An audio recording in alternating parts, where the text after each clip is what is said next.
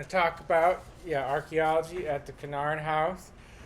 The Kennard House, as you probably know, is the oldest building still standing in the original plat of Lincoln. It's owned by History Nebraska, and there have been a couple of archaeological digs there, one in 68 and a much bigger one in 92. So most of the pictures I'm going to show you are from the excavation and the artifacts from 1992.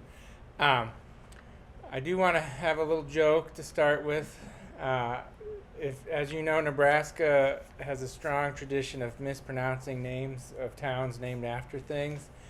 And there's a town in Nebraska named after Mr. Kennard that is pronounced Kennard. And it is one town west of Blair because when John Blair started his railroad from Blair, he told Thomas Kennard, you can pick any town on the route you want to name after yourself except the one right on the river. And you can tell Blair got the better deal because I think Kennard has maybe 100 people left in it. But they pronounce it Kennard, so it's very strange to me. It's very strange. But here is a picture of the Kennard House. This is probably the best photo we have. This is from 1871, so this is just a couple years after it was completed. This is an enlarged image from a photo taken from the first state capitol, so we're looking southeast.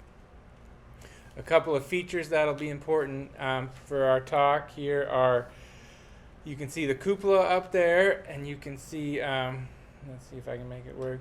There's two chimneys on the main part. Now these are not fireplaces, these are coal stove chimneys. You can't really tell, but right there is a fireplace chimney on that back wing, which we'll get to talk about in a little bit. Just a little background. Kennard built this house and finished it in 1869 is when he moved in. When he built it, there was nothing else around really. It was his way to make sure Lincoln succeeded as the state capital. And you can't see in this picture, but I have another picture that the Gillespie House, one of the other Capitol commissioners, was built right behind Kennard's house, which unfortunately no longer exists. The Kennard House is built. Here's another shot. This is from 1914. You can see that cupola is already gone by 1914. As near as I could tell, that came down in either 1900 or 1911. There were some remodeling done in both those years. That was all done by other folks. The Kennard family moved out in 1887 after the death of Thomas Kennard's wife. So he lived there. They lived there about 20 years, and then it's changed hands considerably until 1962 when it was gifted to the State Historical Society to be the statehood memorial. So that's 1914. Here's a shot from 62 when the Historical Society took over. You can see cupola's gone. You can't see from this photo, but that rear addition is gone. That was taken out in 1923.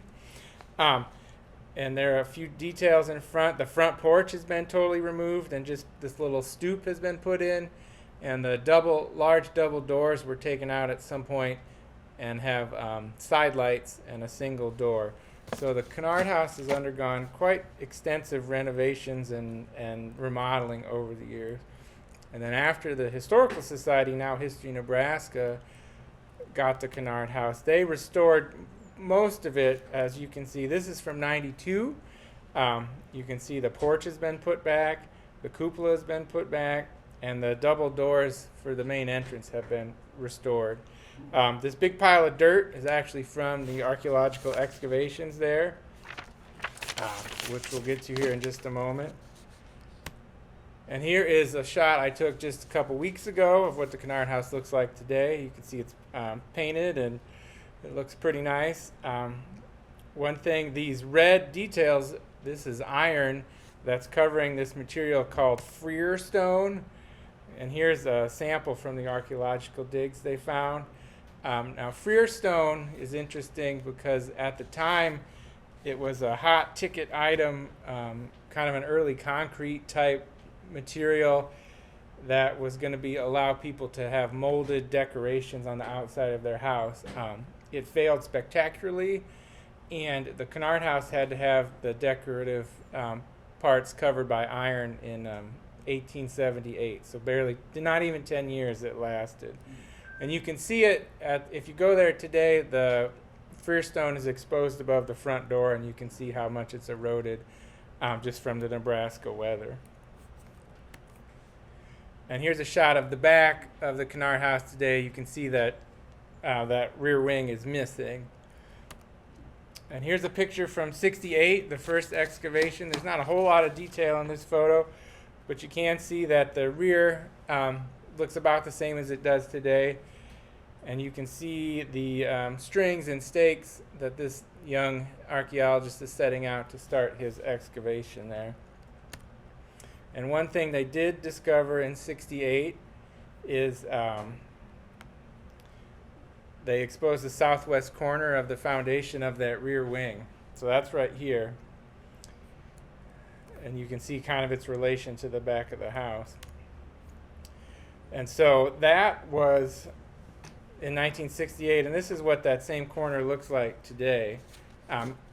If you go to the backyard of the Kennard House, there is some interpretation. You can see some of these features we're going to talk about. Let's go back a second. You can see in '68, the Kennard House was painted. The bricks are painted, but the foundation has not been. Just as an aside, the bricks for the Kennard House were made from local clays, and the sandstone foundation was quarried about where the zoo sits today from Antelope Creek. So very local materials. The sawed lumber had to be hauled in from either Nebraska City or Omaha by wagon. So it was a pretty large endeavor for the Kennard family. At the time, the Kennard House cost about $14,000 is what they paid to have it created. And I tried to look up adjusted for inflation, and I got some conflicting numbers, but especially in today's market, that's about a $2 million house is what he built out here on the prairie. So a huge investment for Lincoln at that time. So one thing that archaeologists discovered is that when you can see how this foundation here is underground, you can tell it's under the ground level right down here. So what had happened is in 1923, when they tore the back of that Kennard House off, they knocked the foundation down to below grade and then covered it in fill dirt. So for a long time, none of that was visible. You don't want stones sticking out the back of your backyard. But the Historical Society, when they got ownership, they leveled it down so you could see some of the old foundation. And there again, this is right here is those sandstone foundation stones that are visible on the surface at the Kennard House today. And now here's a picture, like I said, from a much larger excavation from 1992 that was done by the University of Nebraska under the direction of Peter Bleed, who did a lot of work on early Lincoln.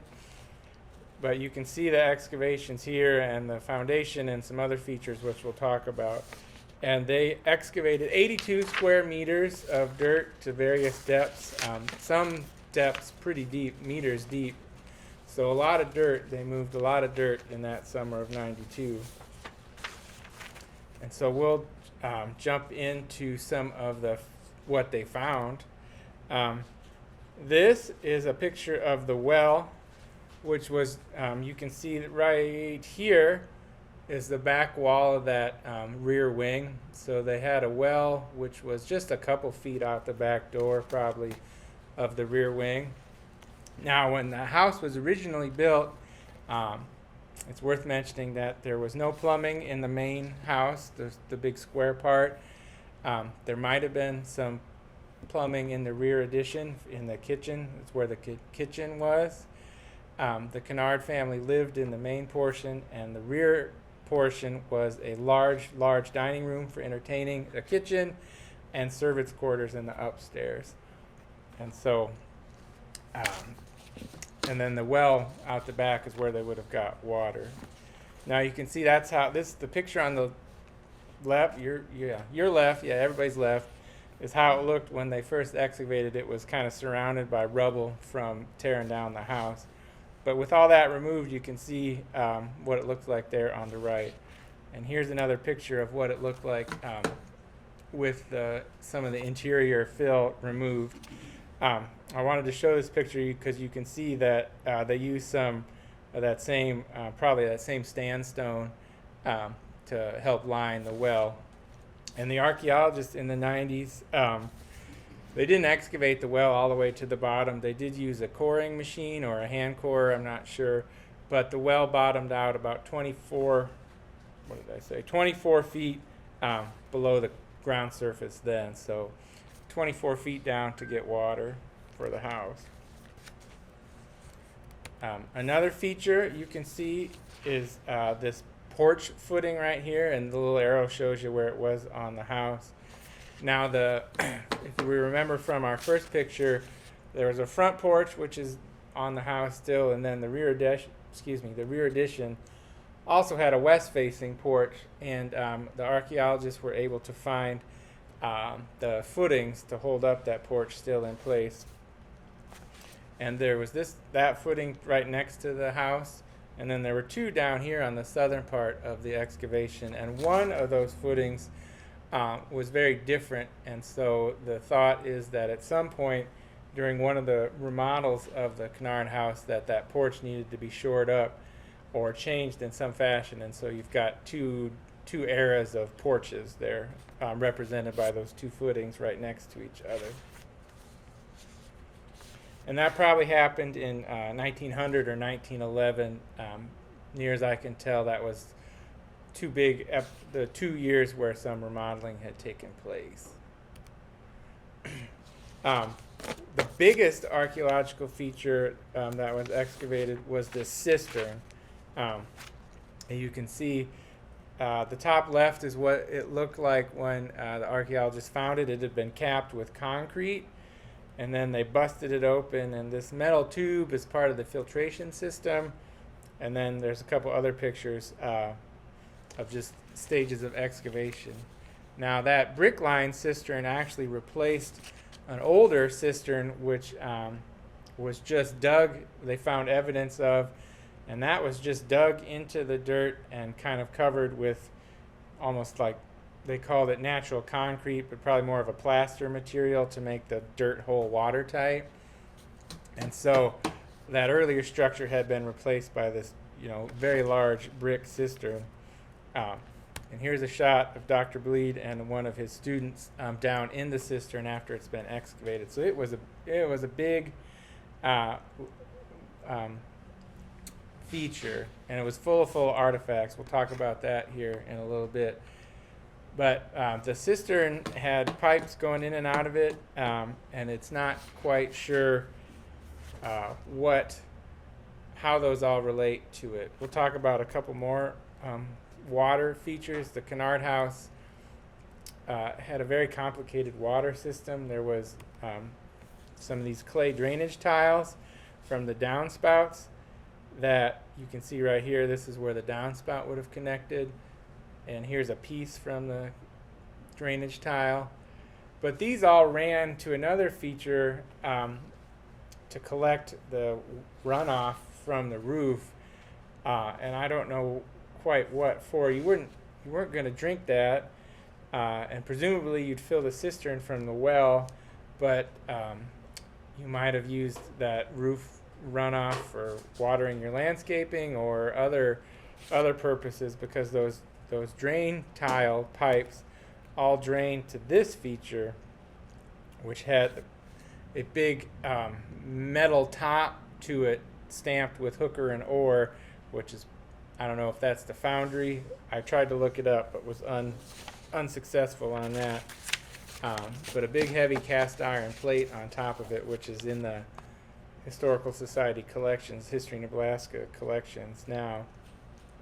But you can see on the map these drainage pipes kind of all come from a couple directions down into this feature. And when the archaeologists never did quite figure out why that was happening. And you can also see that one of those pipes goes back into the basement, and then that cistern also has piping that goes into the basement too. So there was a lot going on, and it certainly could use more work to flesh out and trace maybe all those things where they all go. And again, if you went to the Kennard House today, that hooker and oar feature where all those pipes met has a replica cover, so you can see where it was and kind of get a relation to what was happening. And now this right here, that's the actual period piece that sits in our collections room. And it was heavy, and I had to get it down off a shelf, so it got to have its picture taken, because it was a beast to get down there. And here's just a nice shot of, that's Dr. Bleed right there, directing the students in the back of the yard. I just like that picture because it looks like he's telling them, dig over here, dig better, or something like that. So that was a pretty good photo. So those are the archaeology features and sort of some maps of what and where they dug. Now we're going to talk about a lot of the artifacts that they collected. And unless I tell you otherwise, the artifacts all came from that cistern, that big cistern.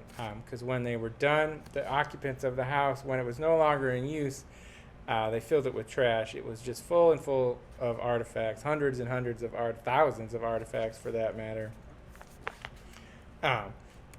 And there's lots of window glass fragments probably from the destruction of that rear wing, ended up in that cistern as well. So they probably capped it off at the same time they tore that rear wing down. I'm not 100% sure, but there's sure a lot of window glass down in it as well.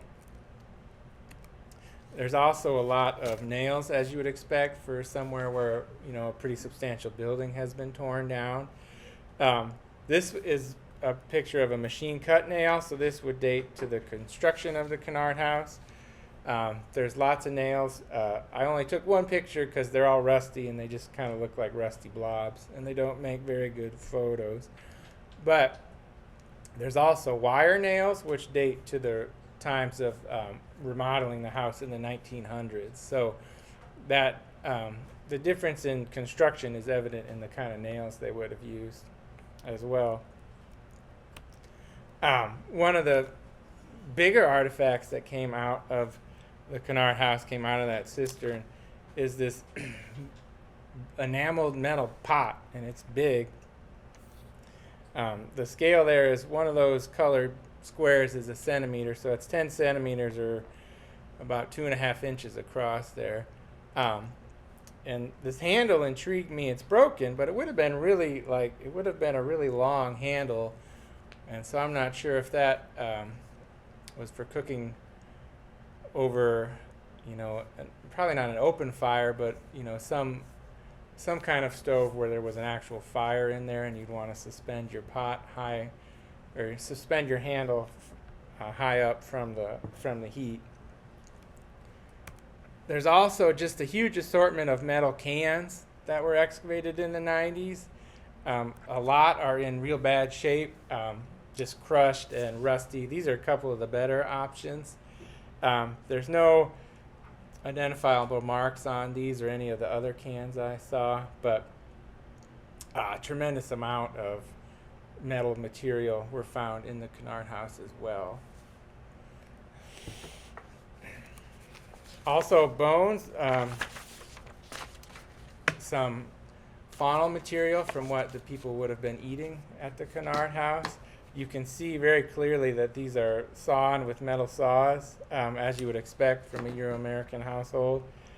The one on the left, I think, is probably a pig bone. It seems to be pig size, like a ham or something. And the one on the right, the broken one, is bigger, and I would guess that's from some kind of cut of beef, a big roast perhaps, or something like that. And also there are bird bones. You can see the really thin walls, and these are hollow. So probably chickens or turkeys or something.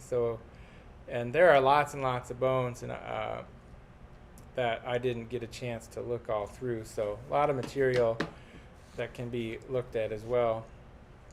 But the bones all came from kind of out by the well, so it's hard to know what time frame some of that stuff would come from. And another interesting artifact that came out of those excavations is this plastic button that came from the backyard. Now, plastic has been around since Thomas Kennard's time, so it could have been from him or one of his children's clothes.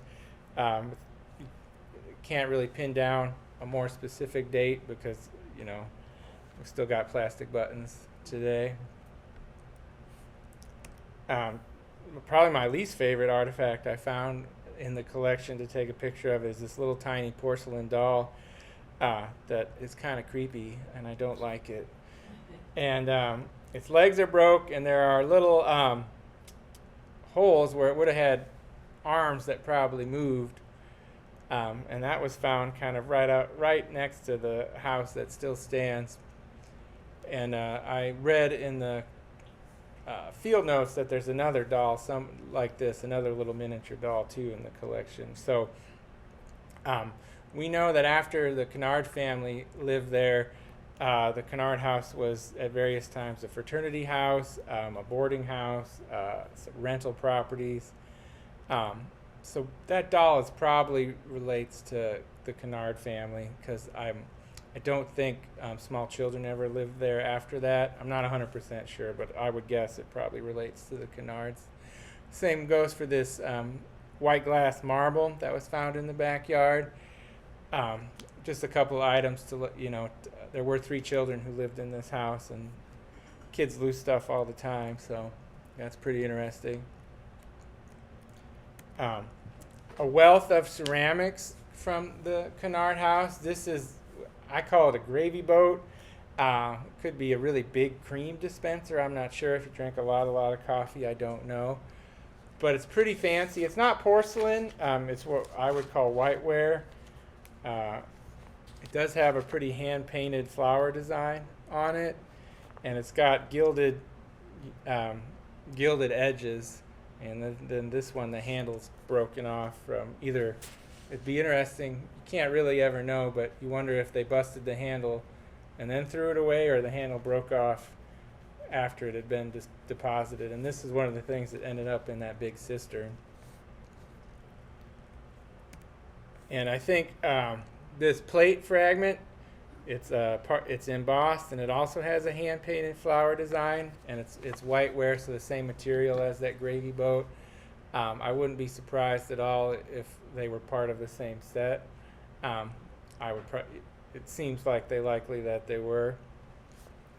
So kind of related ceramics there. Now this one is this is a porcelain, either a saucer or maybe a teacup, probably a saucer from the way it's shaped, but you can see it has a very fanciful scalloped edge and this really vibrant still rose decoration. So if this dates, it's hard to tell if that would date to the Kennard family or not, but if it did, that's your fine china. Your best guest would get to eat or drink out of this little guy right here. And on the other end of the spectrum is this beefy thing here. You can see how thick that ceramic is there, and that's what we call ironstone. And ironstone is a very sturdy, usually not much decoration ceramic. You can see it's very thick and it's very highly fired, so it's really tough. And this particular chunk is from the bottom of a bowl, pretty big bowl, and it has a maker's mark on the underside from the Iroquois China Company in Syracuse, New York. And now that company was founded in 1905, so this dates to after the Kennard family lived there. So whomever owned the house during this time needed some sturdier tableware, and so that's where this one comes from. Another more fancy ware is this black transfer print, and transfer prints were popular in the 1800s especially, so this one could very well be from the Kennard family. You can see it's some kind of bird motif going on.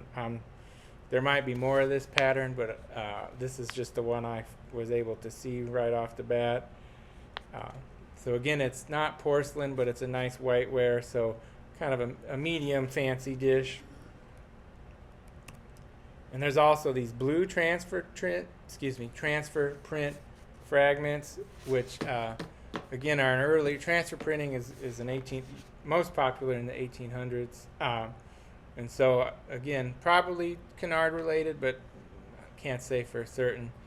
But they're just little bitty fragments. I think there's some feet, so there were people on there, but as far as the pattern or any really identifiable marks, I couldn't tell. There isn't enough of that to go on. Another ceramic chunk that does have a nice maker's mark. Again, this is an ironstone, so a very sturdy, heavy-duty dish. As close as I could tell, this Alfred Meekin company has made pottery for a Meekin has made pottery for a long time in England, and this particular maker's mark dates from 1883 to about 1913, so it could be right towards the end of when the Kennards lived in that house. Another good ceramic that you find all over Euro-American settlements is this salt glazed stoneware. This would be crocks and jugs, sauerkraut jars and whiskey jugs and vinegar jugs, and just any really sturdy utilitarian use. You find this stuff all over all the time. And so that also came out of the cistern. So just a wealth of artifacts in there. Interestingly is this hunk of terracotta, which I found exciting. Probably, I would guess, from a flower pot, maybe. I don't know, but it was the only one I saw, and you don't really eat off terracotta, at least not in my experience. So it's served a different purpose than the other ceramics I had found, or I didn't find, but I found in our collections, I guess. The next one is nearly this whole platter.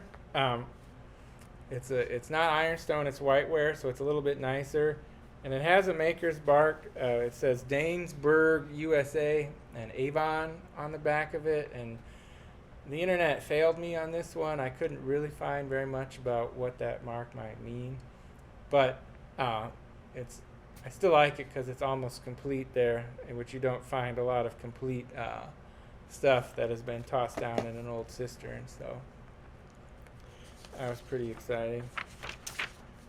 And so the next bunch of slides are all glass stuff. Like the vast majority of things in our collection from the Kennard House, or at least complete items, are glass bottles and glass jars and stuff.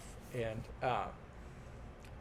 some of that has to do, or a lot of it probably has to do with the time that the house was occupied. You find a lot of patent medicines and a lot of condiments and a lot of cleaning stuff and inks and all kinds of stuff that was all packaged in glass. So this is just a fun little drinking glass. There's nothing really remarkable about it. This is most of the glass artifacts, not all, but most of them are machine made, which means they date probably to 1910 or later, so they don't relate directly to the Kennard family. So the ones that, and we'll talk about that here just in this next couple slides. So I found, I didn't find them, but the collection has these two ink bottles. You can see one's brown, one's white, or one's clear, and I've got a close-up, and I can tell you one is older than the other. And now for a little audience participation, which one do you think is older? The brown one or the clear one? Brown. You are correct. The brown one is indeed older, and this picture makes it pretty obvious that you can see the mold line on this glass one goes all the way up to the top right here, and you can see on the brown one that the same mold mark disappears on the neck. And now, so that brown bottle was blown in a mold by a machine and then finished by hand. So that dates to the 1800s or the very early 1900s. And the clear one was made fully by machine in a big factory, and that's 1910 or later, basically. And I have a couple other pictures of how we can tell the difference between those two. And so for our purposes, anything that's machine made has nothing to do with the Kennard family. So bear that in mind as we soldier forth here. I like this Pond's jar. It still has some white goo on the inside of it, which I didn't take a picture of, but the Pond's, not makeup, but skincare company has been around since 1846, so quite a long time. This particular kind of jar, I think, dates till 1890 or so, or later. So again, probably after the Kennard family was there. And it's made out of what we call milk glass, which you can see because it's a white milky color like that. Another fun artifact from that cistern is this menthol. I don't know if you can read it, but it's a mentholatum, which is the precursor to Vicks Vapor Rub, essentially.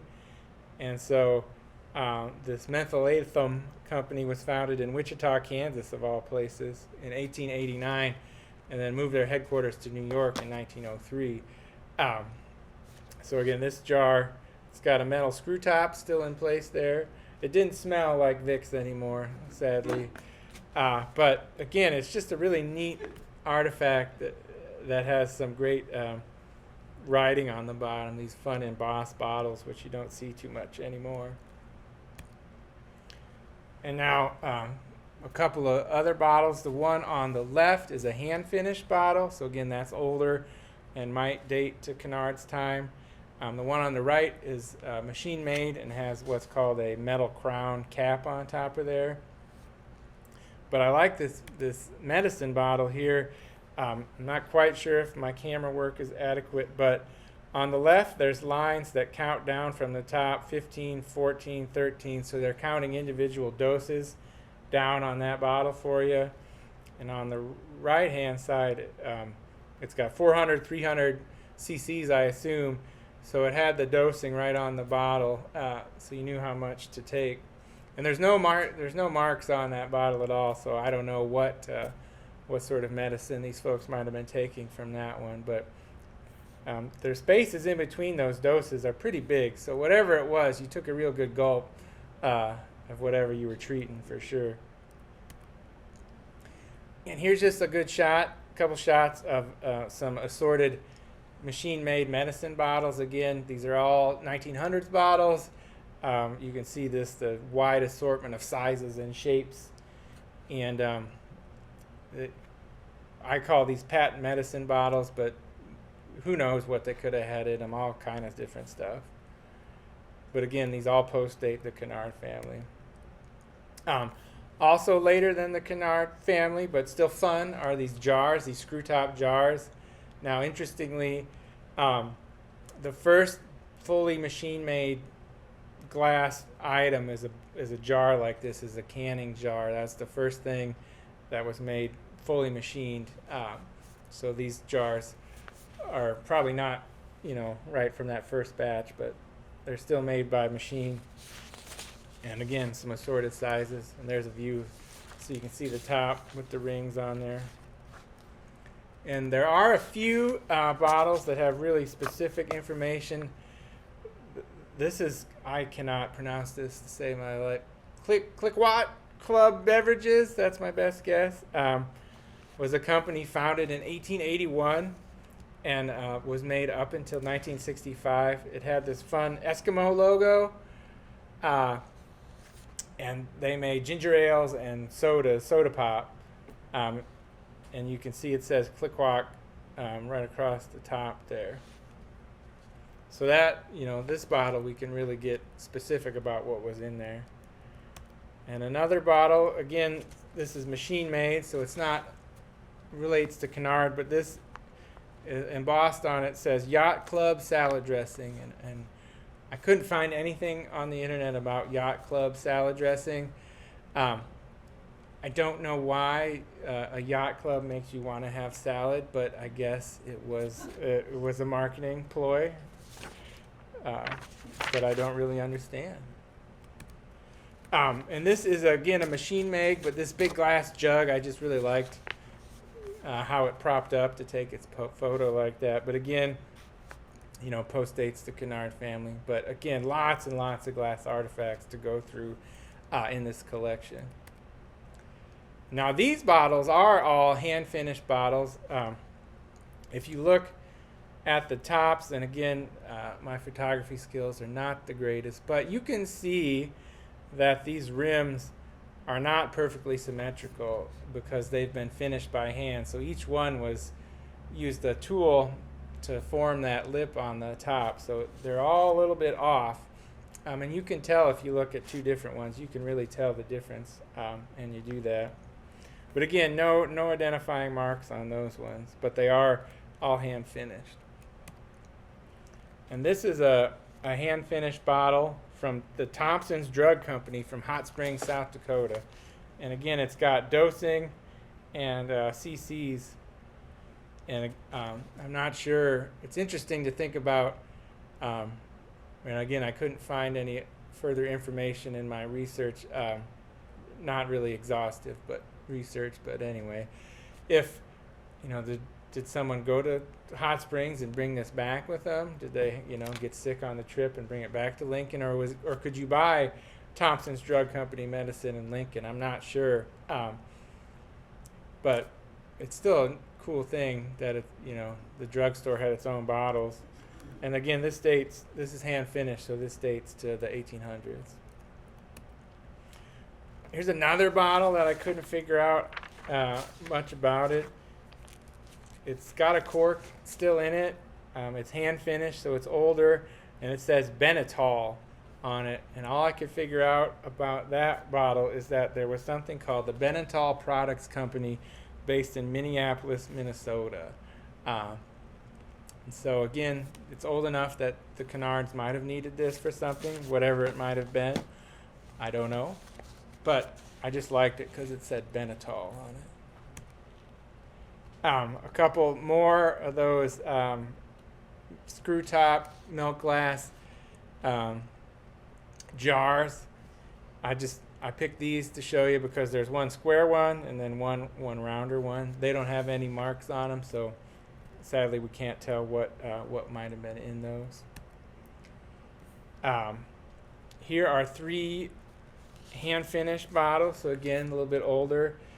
And this one right here, I've got a close-up, is this Garret and Company wine, which made Virginia Dare wine, the drink of sociability, which is good, I thought.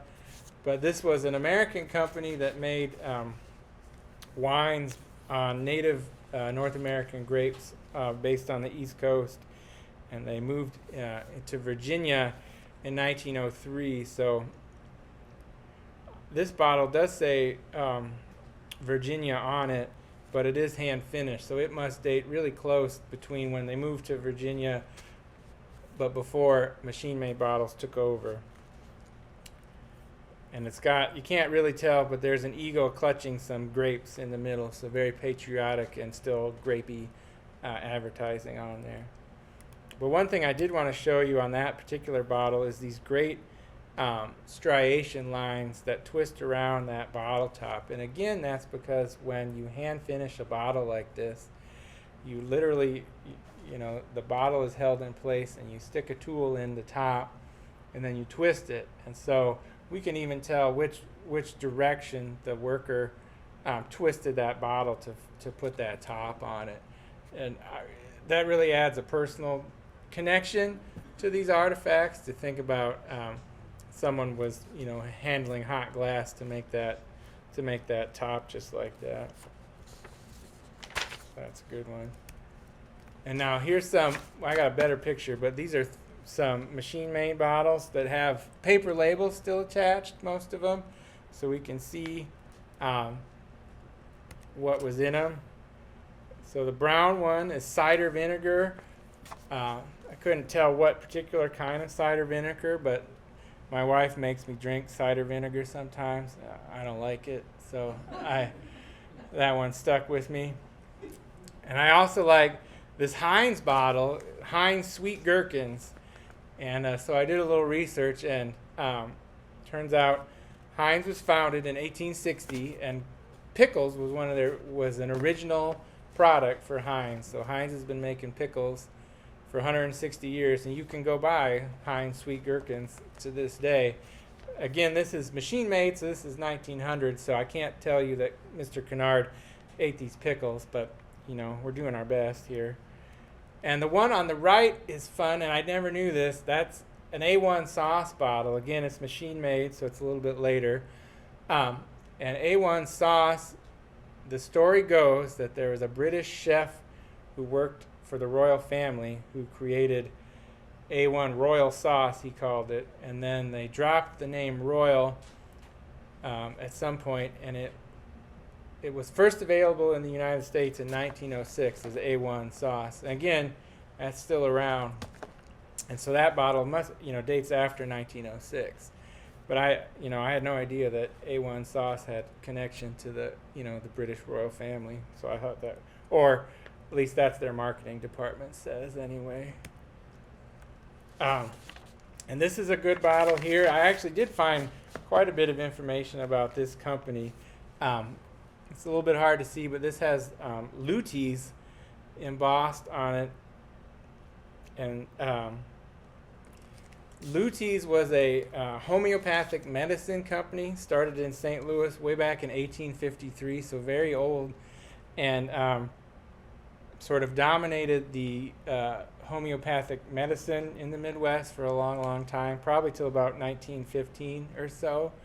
And interestingly, the factory where Lute's stuff was made in St. Louis has been converted to apartment buildings, and it's on the National Register because they kept the historic integrity of the factory intact. So that was pretty interesting to me. Also, again, from that same cistern, a couple of milk bottles. And you can't tell, but, well, you can tell up on the lip of this pint one. These milk bottles, and I never, I'm not that old.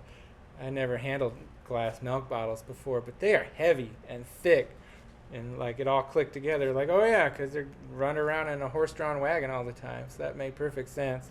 But this one is a Robert's Dairy milk bottle from Omaha. And I've always found it amusing that it's Robert's Sanitary Dairy, because that makes me wonder, like, well, are there unsanitary dairies out there? And kind of worries me a little bit. But Robert's Dairy was, again, founded in 1906, so after Kennard's time in that house. But still a really cool Nebraska connection from the back of that house. And these are Bayer aspirin bottles, a couple of different ones. I really like this little tiny curved one. These are machine made, so they're from the 1900s. I couldn't narrow it down any farther than that, but I did really like that the embossing, that the company was something that I still could recognize, that was still going on today. And I don't have anything to say about this one, but I just liked it because it's just this round little milk glass. It will have a little screw top on it, and it's just cute. So it made the slideshow too. This little vial here, I don't know what was in it, but it got melted, and so it's a really aesthetically pleasing shape, that it had been melted and twisted and kind of deformed. And this other bottle here is it's machine made again, so it postdates Kennard, but it's something called Sanford's Sink and Library Paste, which was patented in 1892. And so this would have sat in the library to paste book bindings back together or repair books. I don't know what you would have done at a sink with it. I'm not 100% sure. But still, I thought that I'd never heard of library paste in a glass jar before, so I thought that was pretty good. And one more, or no, not quite done. This is just a hand-finished one, so this is older. Could have been used by the Kennard family. And this is called, it says Sun Drug Company on there. And Again, my internet sleuthing came up empty on that one as well. And these three, these are all machine made, so these all post-date Kennard, but they were all pretty good. They had pretty good embossing, so I thought we'd talk about them here briefly. The one on the left is Hall's, like Hall's Cough Drops, the same company, and it says Hall's Catara Medicine, Catarrh, which a word I'd never heard in my entire life. And so I looked it up, and apparently that means it means that you have a buildup of mucus in your airways. So I mean, like when you have a cold, right? You're full of goo. So that's what that was for. But I'd never heard that catara word before. So I like that a lot. This one in the middle is Phenolax Wafers by the Upjohn Company. Upjohn Company is still going. I believe it's owned by some other bigger pharmaceutical giant, but Phenolax wafers were early laxatives, so that amused me for obvious reasons. And then this other little one I just really like because it's a little ink bottle, and then the cork is still inside there. It had fallen in there, but you can see all the dark stains, which are from the ink that were in there. So those are just kind of the highlights there. Here is that picture unblown up from the beginning. You can see the Kennard House, and that's Gillespie's house. They were both made at the same time and designed by the same architect. This fence right here is the fence of the Capitol building, so you can see that where the picture's taken from. I can tell you that the reconstructed fence of the Kennard House now is based on this Capitol fence. The pickets looks the same. And yeah, I do really like this picture of showing those two big mansions, you know, next to this little 2-room cabin, and then just vast swaths of nothingness. So I do think that the story of Kennard and Gillespie and Butler building their mansions out on the empty prairie is a pretty neat story. And I have a little plug. The collection from the Kennard House has never really been analyzed very well, so if anyone has just oodles of time and they want to volunteer, we can make that happen. But question, yes, sir? The fence around the Kennard House, what is it? The old one? It's a wood fence there, and yeah, and Kennard had bought half a block for his house in the 1860s, and so that fence is around the entire north half of that block where the house sits today. So, and so there's the Kennard House, a parking lot, and then the Ferguson house all sit on land that Kennard had bought originally. Yeah.